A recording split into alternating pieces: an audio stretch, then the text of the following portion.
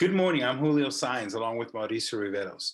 Today, we'll meet two local comedians who found success shifting from the stage to podcasting since the start of COVID.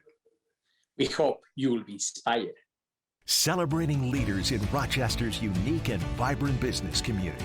We'll meet entrepreneurs whose passion and perseverance have helped push through life's challenges. Join us as we share their stories and journeys to success. It's time to be inspired. Dario and Chris, thank you very much in being inspired. A show that we developed to interview interesting people like you, people who are in business, entrepreneurs. So excited to have you today in our show, and we want to learn more about what is your business. So let's start with Dario. Tell us who is Dario, and then we go to Chris. Well, thank you so much for having me. First of all, appreciate it. I'm excited. Who's Dario? I'm a comedian, and I'm a banker by day. But so I've been doing comedy for about 10 years. I started right here in Rochester, open mic night at Boulder Coffee. Really missed that. I started doing it. I caught the bug, got really excited about it. You get that first laugh, and then you get really excited, and you go on like, I gotta get back on stage. So you start writing, and start performing a lot more. I just got really into it. 2014, I won Funniest Person in Rochester at the Comedy Club over in Webster.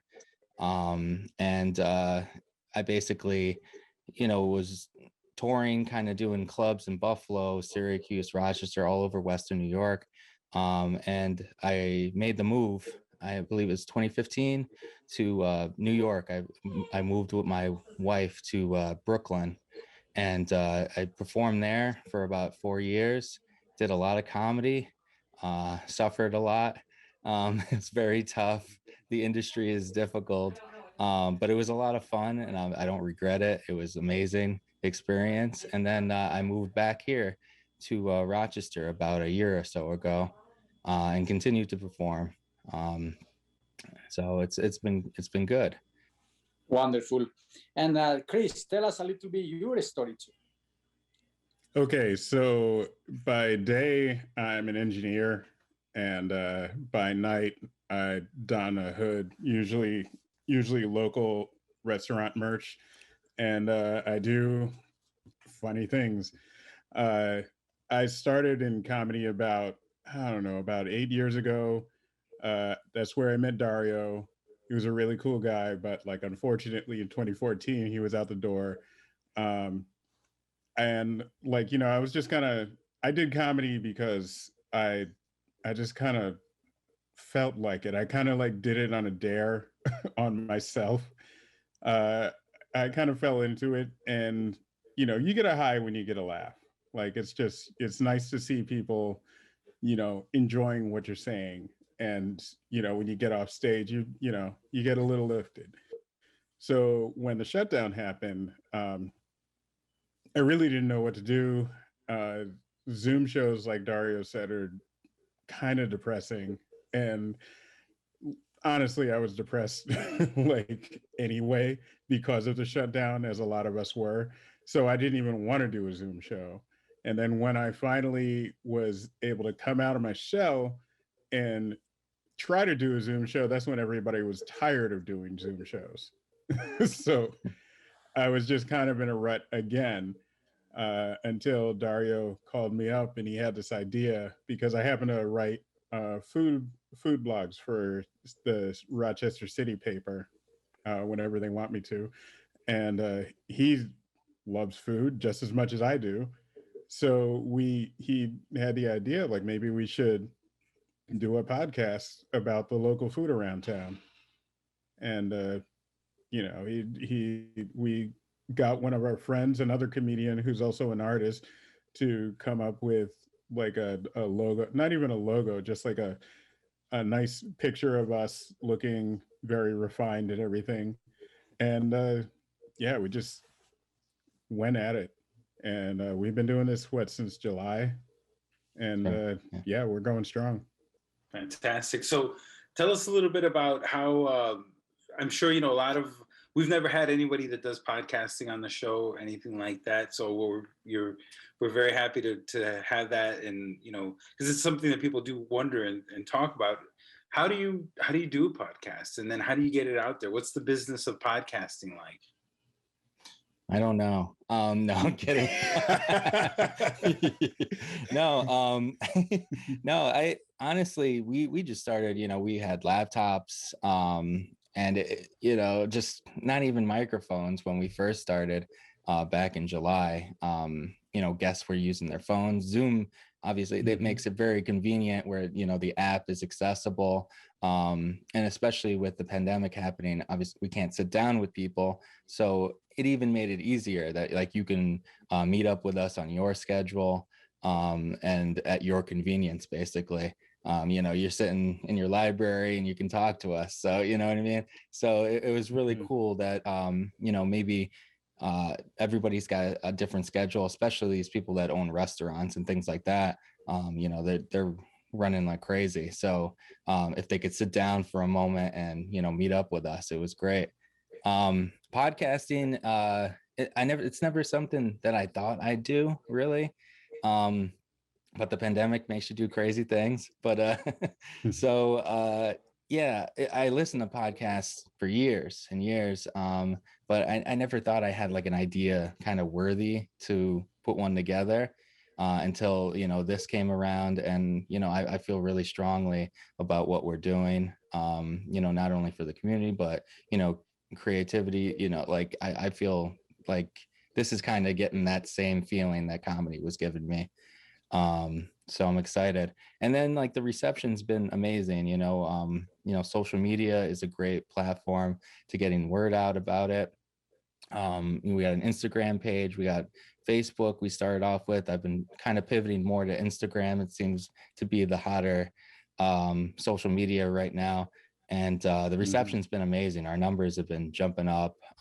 People are listening, people are interacting, people are excited. So it's cool. I'm excited about it as well. That is really interesting. It's really reinventing your business in the capacity to adapt and being transformed. So now let's talk about what's the perspective? Do you see that you will continue with this, or you are now that, hopefully reopening is coming and more restaurants are opening, and hopefully, maybe after the vaccination of most of the people, things will come back in some kind of normal. And are you guys planning to go back to perform in restaurants, or you will balance? What's the strategy that you have around that? So far, I think both of us want to perform like really badly. So that's definitely going to happen. As far as the podcast, I think we're going to continue it. Someone approached us about actually kind of like taking it on the road, which I'm all for. Like, it would be really nice to do a podcast like in the restaurant, like, of the person that we're interviewing. Yes. So we have a lot of choices right now. Once things start opening up, everybody's hoping and praying, like, by summertime we'll be at some sort of semblance of where we were, even if it's, still with masks and socially distanced and everything. So even with that, it'd be really nice to like take our show on the road, like literally go out to a restaurant instead of just like, seeing people in, this Brady Bunch box, and hopefully, get more followers and get more of a following. Exactly. Yeah. Just like piggybacking off what Chris said, I love that whole idea of sitting down with a restaurant owner, in their establishment, just across the table, have that conversation, have that video. It's just a really cool idea to actually have that face to face that we haven't had yet. And then beyond that, we had the idea of, having a live audience, bringing people in, doing a live audience show. And I think that'd be fantastic, to get that response and just do one of these live interviews, but with people responding right there. we thought of doing like a food throwdown. So we bring like two restaurants that do killer garbage plates, or great chicken French or whatever they do, and we'll bring them out, talk to them, and then the audience will sample the food. We'll crack jokes. We have a lot of ideas. We're excited about the future and where this idea is going. So I have a few questions for you around the world of comedy. It's something that's always fascinating. Like I consider myself a kind of funny person, but it's a different thing between someone who thinks, hey, telling some jokes with your friends versus getting on stage and making it a business. So tell us a little bit, like, first of all, if you think you're funny, at what point do you think you should consider, going into the comedy business? And then two, do you write your own material? Do you share material? How does that work? I wouldn't encourage anybody to start comedy, but no, it's yeah, exactly. No, it's when you first start off, it's kind of crazy, like Chris said, like on a dare almost, but it's all about creativity, originality, being yourself on stage, being genuine. I think the audience loves that, is like, just being an original person on stage. At first, I said I did comedy for like 10 years. I think I've been doing comedy for about 5 years, but I've been performing for 10, but it's difficult. It constantly evolves, it changes. You think you figured it out, you don't, so for me, I love, figuring out a bit. You write something down, you think something in your brain, you write it down, you bring it on stage that night, and it hits, people like it and people laugh. It's so exciting, and you build on that. So we're kind of crazy. We record our sets. Chris, you record too? Yeah. And yeah. And so then I go back, I listen to it, and then that didn't get so much a laugh, so I go back, rewrite something, perform it again. It's a lot of that, pushing the boulder up the hill type of thing. Yeah, definitely. And you definitely want to use your own material, especially starting out. Many of, unless you're teaming up with somebody to do like a bit or do like a dual like show, you definitely want to write your own material. Right. So it helps if you're, if you're mostly yourself on stage, maybe like an augmented buffoonish version of yourself, but still yourself. It always helps. Well, thank you so much, guys. We'll be back with more after these messages.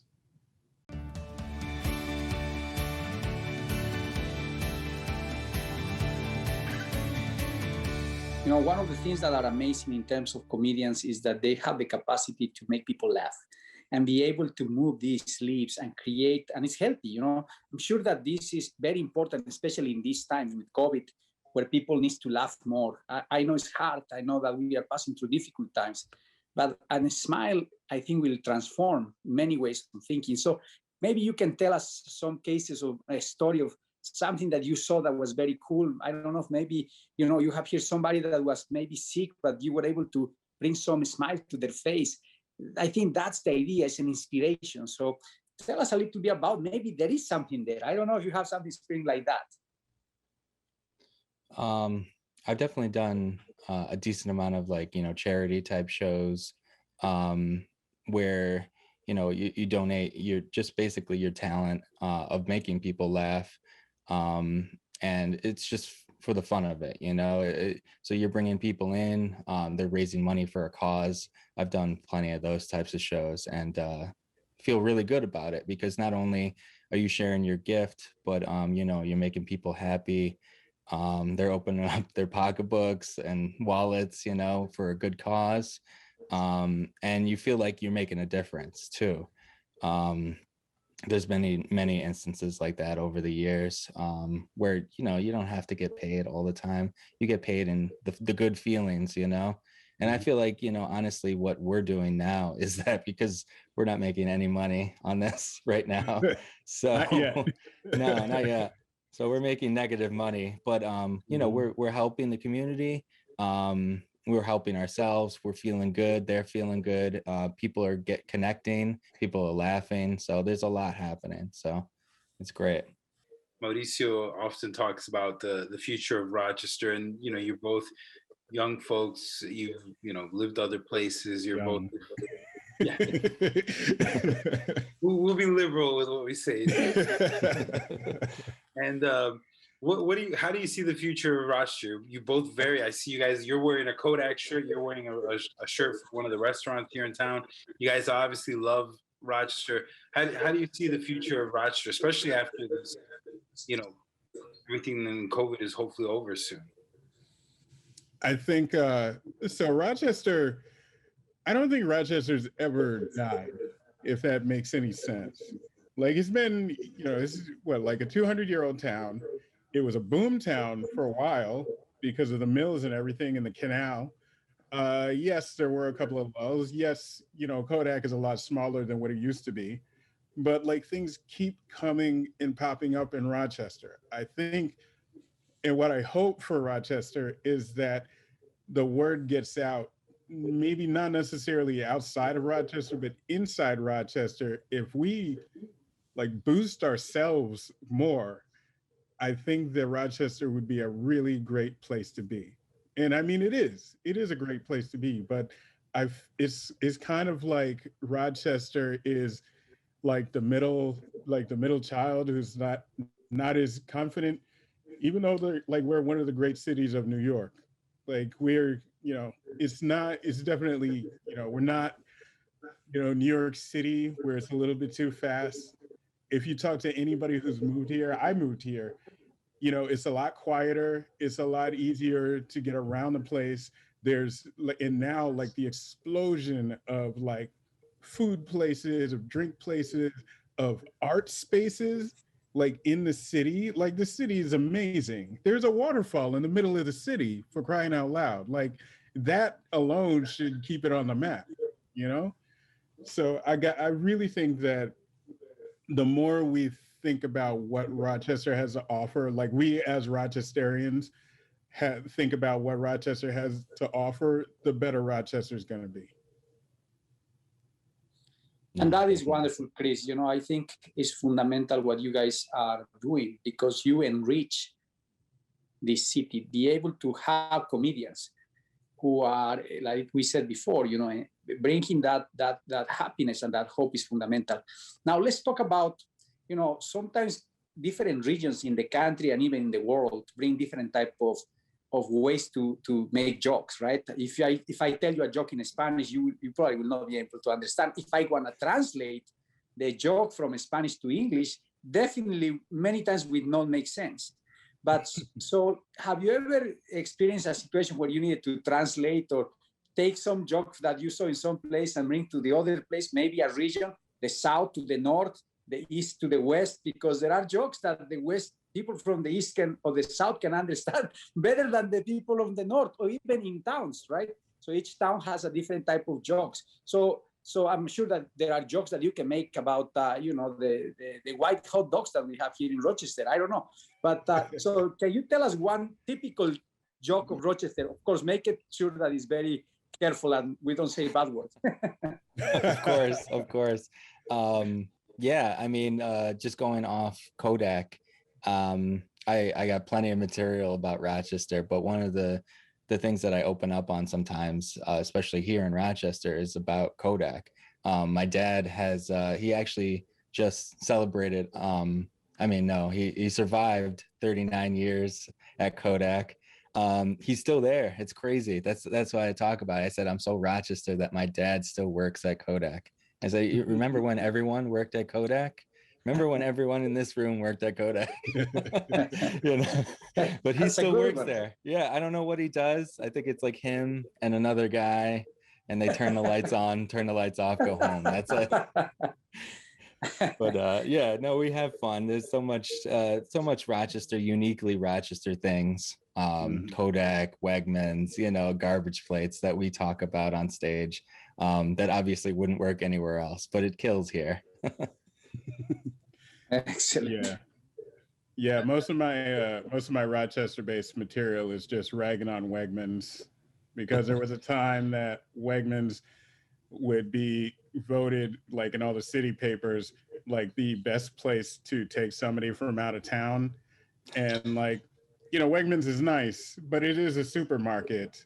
Like Frederick Douglass lived here. There's a Susan B. Anthony Museum. Like I said, there's a Watertown, a waterfall in the middle of the city, and you want to take people to get groceries. Well, Dario and Chris, really an honor, and thank you for bringing the hope, bringing that happiness to people through your profession, through your art. It's wonderful to have people in arts in our city that enrich the beauty of this beautiful Rochester, New York. And we are thankful, and in the name of that community, we need more people like you who bring the arts, the culture, the richness of who we are in this beautiful town. So thank you very much for being inspired, and I am sure that we will have you in our future programs.